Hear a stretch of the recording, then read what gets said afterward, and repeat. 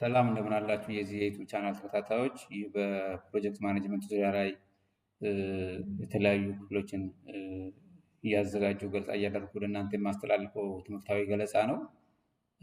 ትከታተላላችሁ ብዬ አምናለሁኝ። ያው ገና እንግዲህ ዩቲዩብ ቻናሉ እየጀመረ ስለሆነ በእርግጥ ብዙ ሰው መረጃው ላይ ደርሰው ይችላል። ወደፊት መረጃው እየደረሰ ብዙ ተከታይ ይኖራል ብዬ አስባለሁኝ። ዞሮ ዞሮ ከኔ የሚጠበቀው የቻልኩትን ያለችኝ ትንሽ በልምድም በተለያዩ ስልጠናዎችም በትምህርት የሚያገኙትን በዚህ በፕሮጀክት ማኔጅመንት ዙሪያ ላይ ለሚፈልጉ አካላት፣ ለሚከታተሉ አካላት እና ለሚጠቀሙ አካላት ማድረስ ነው። እናንተ ደግሞ ይህንን ትኩረት ሰጥታችሁ መከታተል እና የሚፈልገውን የሚጠቅመውን ነገር መውሰድ የእናንተ የተከታዮች ድርሻ ይሆናል ብዬ አስባለሁ። እንደዚሁም ደግሞ ለሌሎች እንደዚሁ ተደራሽ እንዲሆን መረጃው ለሌሎች ማስተላለፍ፣ ላይክ፣ ሼር፣ ሰብስክራይብ በማድረግ ቋሚ የዩቲዩብ ቻናሉ ቤተሰብ በመሆን ቻናል እንድታበረታቱ በድጋሚ ለማሳሰብ ወዳለሁኝ።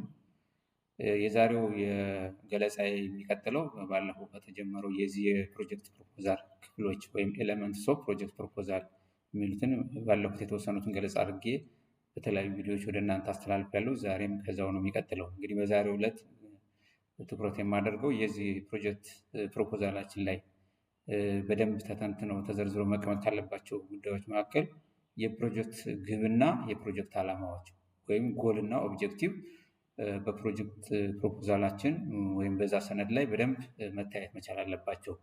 እነዚህ ወሳኝ ጉዳዮች ናቸው፣ ልክ እንደ ሌሎች ክፍሎች ማለት ነው። ስለዚህ የፕሮጀክቱ አጠቃላይ ግብ ሲባል ዋና ዋና ግብ እና አንድ ዋና ግብ ይኖራል። ከዛ ጋር ተያይዞ ደግሞ ሁለት እና ከዛ በላይ የሆኑ ስፔሲፊክ ኦብጀክቲቮች ዓላማዎች ሊኖሩ ይችላሉ። ዋናው ግብ የምንለው ፕሮጀክቱ በረጅም ጊዜ አኳያ ሊያሳካ የሚፈልገው ወይም የሚኖረው አስተዋጽኦ ነው። ዋና ግብ የምንለው ወይም ብሮድ እና ሰፊ ነው እና አጠቃላይ ፕሮጀክቱ ወይም ይሄ ፕሮጀክት ከተከናወነ ከረጅም ጊዜ አኳያ ምን ኢምፓክት ይኖራል፣ ምን ለውጥ ይኖራል፣ ምን አስተዋጽኦ ይኖራል የምንለውን የምናስቀምጥበት ነው። ይሄ በፕሮጀክት ፕሮፖዛል ዶክሜንታችን ላይ በደንብ መታየት መቻል አለበት ማለት ነው። ከዚህ ጋር ተያይዘው ደግሞ ዓላማዎቹም እንደዚሁ ዋና ዋና ዓላማዎች በአግባቡ ፕሮጀክት ፕሮፖዛላችን ላይ በአግባቡ መተንተን አለባቸው፣ መታየት መቻል አለባቸው። ይህም አንዱ ወሳኝ ጉዳይ ነው። ፕሮጀክት ጎሉም ሆነ ፕሮጀክት ኦብጀክቲቮች ሲተነተኑ ስማርት መሆን አለባቸው። ስማርት፣ ስፔሲፊክ፣ ሜጀረብል፣ አቺቬብል፣ ሪላያብል፣ ታይም ባውንድ የሚባሉ ነገሮች በደንብ ትኩረት መሰጠት አለባቸው። እነዚህ ጎልም ኦብጀክቲቭም ስንተነትን።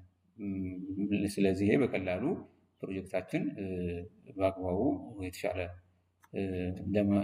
ስራ ለመስራት ያስችላል ማለት ነው፣ በዚህ መልኩ ከተነተነ።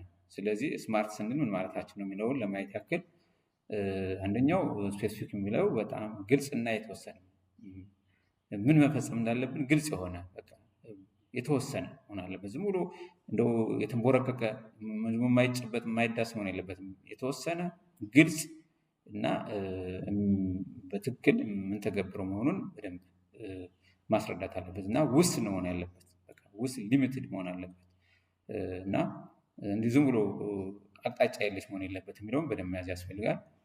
ሌላው ሜዥሬብል ደግሞ የሚለካ መሆን አለበት። የምናገኘው ውጤት የሚለካ ነገር በዚህ ለክተን ይሄን ውጤት አረጋግጠናል የምንለው መሆን መቻል አለበት። ስለዚህ ይሄ ሜዥሬብልም ወሳኝ ነው፣ ጎልም ሆነ ኦብጀክቲቭ ስናስቀምጥ ማለት ነው። ሌላው ሊሳካ የሚችል መሆን አለበት። መቼም የማይሳካ ስራ ፕሮጀክት ላይ ዲዛይን አናደርግና የሚሳካ መሆኑን አቺቨብል መሆኑን በደንብ በአግባቡ ባለን ሀብት ባለን ጊዜ ልናሳካው የምንችል መሆኑን በደንብ ማስረዳት መቻል አለብን ፕሮጀክት ፕሮፖዛላችን ጎልም ኦብጀክቲቭን ሳስቀምጥ።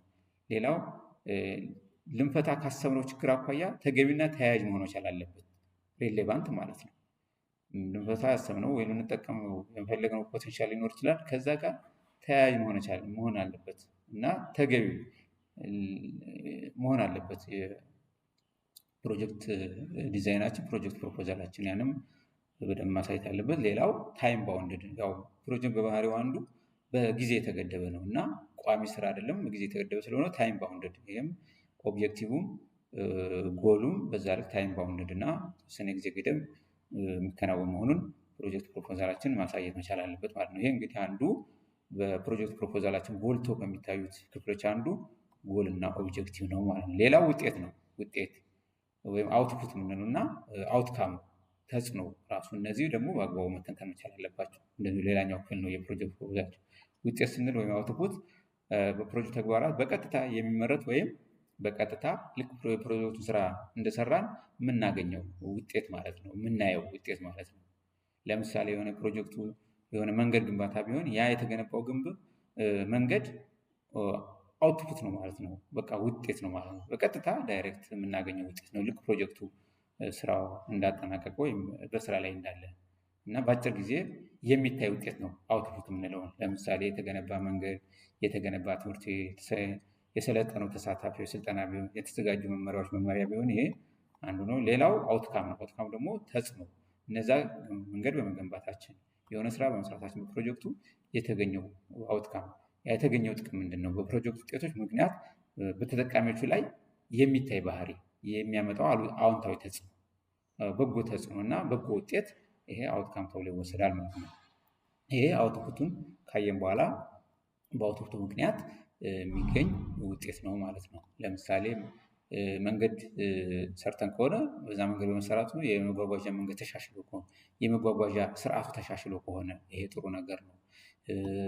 አክሰሰብል ሆኖ ከሆነ ተማሪዎች በትምህርት ጥራት መጨመር ስልጠና በመሰጠቱ ተማሪዎች ላይ የትምህርት ጥራት ጨምሮ ከሆነ ሌላው ምርት ወይም የሆነ ግብአት በማቅረባችን የገበሬዎች ምርታማነት መሻሻል፣ እነዚህ እንደ አውትካም የሚወሰዱ ናቸው ማለት ነው። ሌላው ግብ ነው፣ ያው ቅድም የተጠቀሰው ስለሆነ ማለት ነው። ሌላው የፕሮጀክት መነሻ ሁኔታ ባክግራውንዱ ራሱ በደንብ የፕሮጀክት ፕሮፖዛል አካል መሆን አለበት። ባክግራውንዱ ራሱ ፕሮጀክት መነሻ ይህ ክፍል ፕሮጀክቱ ለምን እንደተፈጠረ ያብራራል።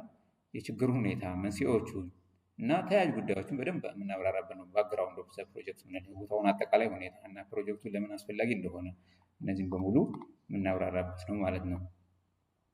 ስለዚህ እነዚህ በሙሉ በደንብ በፕሮጀክት ፕሮፖዛላችን ላይ ዲስክራይብ መደረግ አለባቸው። የፕሮጀክት ተግባራት፣ የስራ ዕቅድና አፈጻጸም ደረጃዎቹ፣ የትግበራ ዘዴው ሜቶዱ፣ አፕሮች ማለት የተጠቃሚዎች ቡድን፣ የፕሮጀክት ቦታና የጊዜ ሰሌዳ፣ ተጠባባቂ ሁኔታዎች፣ እነዚህ በሙሉ ባጭሩ በደንብ በፕሮጀክት ባክግራውንዳችን ላይ በደንብ መተንተን አለባቸው ማለት ነው። እና እነዚህ ዋና ዋና ከሚባሉ የፕሮጀክት ፕሮፖዛላችን ላይ መቀመጥ ያለባቸው ናቸው። እነዚህን እያካተተ በአግባቡ ሲዘጋጅ ነው ፕሮጀክት ፕሮፖዛላችን ተወዳዳሪ ሆኖ አክሴፕታንስ ሊያገኝና ወደ ስራ ሊገባ የሚችለው እና የፕሮጀክት ፕሮፖዛል ጉዳይ ትልቅ ትኩረት የሚሰጠው ነው። በጣም ስናዘጋጀው በጣም ተጠንቅቀን እያንዳንዱ ሳይንሱን ጠብቀን ስቴፕ ባይ ስቴፕ ወይ ቅደም ተከተሉን ጠብቀን በደንብ ማዘጋጀት አለብን። ያ ከብዙ ፕሮጀክቶች ጋር ተወዳድሮ ነው እንግዲህ ፈንድም ሊያገኝ የሚችለው። አለበለዚያ ዝም ብሎ የደርስ ደስ ካዘጋጀ ነው አስቸጋሪ ነው። ሌሎቹም ደግሞ ቀጣይ ቀሪ ክፍሎች አሉ። በሚቀጥሉት ቪዲዮዎች እንደዚሁ ገለጻ አድርጌ ያስተላልፍላችኋለሁ። በድጋሚ ላይክ፣ ሼር፣ ሰብስክራይብ ማድረግን አትርሱ። እዚህ ላይ ትንሽ ጋፕ እንዳለ ያሳያል። በያላችሁበት ሰላማችሁን ያብዛላችሁ። ደህና ቆዩ።